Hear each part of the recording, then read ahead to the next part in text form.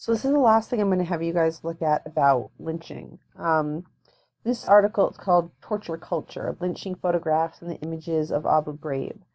Now, some of you might not be totally familiar with Abu Ghraib. Oftentimes when I ask students, only a few of them know.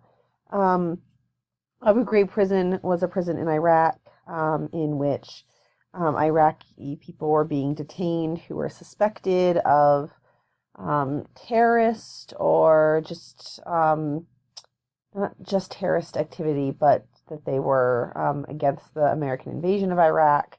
And again, suspected, not necessarily actually having anything to do with that kind of stuff. And they were being tortured really horrifically. And then the photographs started coming out. So Dora Apple here is making this interesting kind of comparison between the lynching photographs and the photographs that came out of Abu Ghraib, and some of their kind of similarities. And I think it's kind of important because sometimes we look, I think, at those images of lynching and say, oh, that could never happen now. That would never happen again. And yet we do have this eerie, somewhat parallel. I mean, it's not exactly the same thing.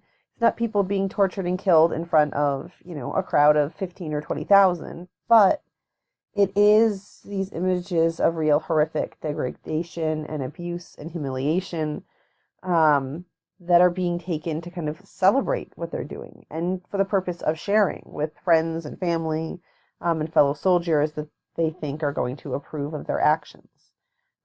So I think it's an important kind of look to caution us from maybe being a little bit too comfortable in our distance from lynching, and saying, no, these things can kind of happen again. So as with all of our stuff that we've looked at so far about lynching, some of these images, they'll show some images are kind of disturbing. Some of the material that they talk about deals with rape and sexual assault and humiliation, and some really kind of nasty stuff.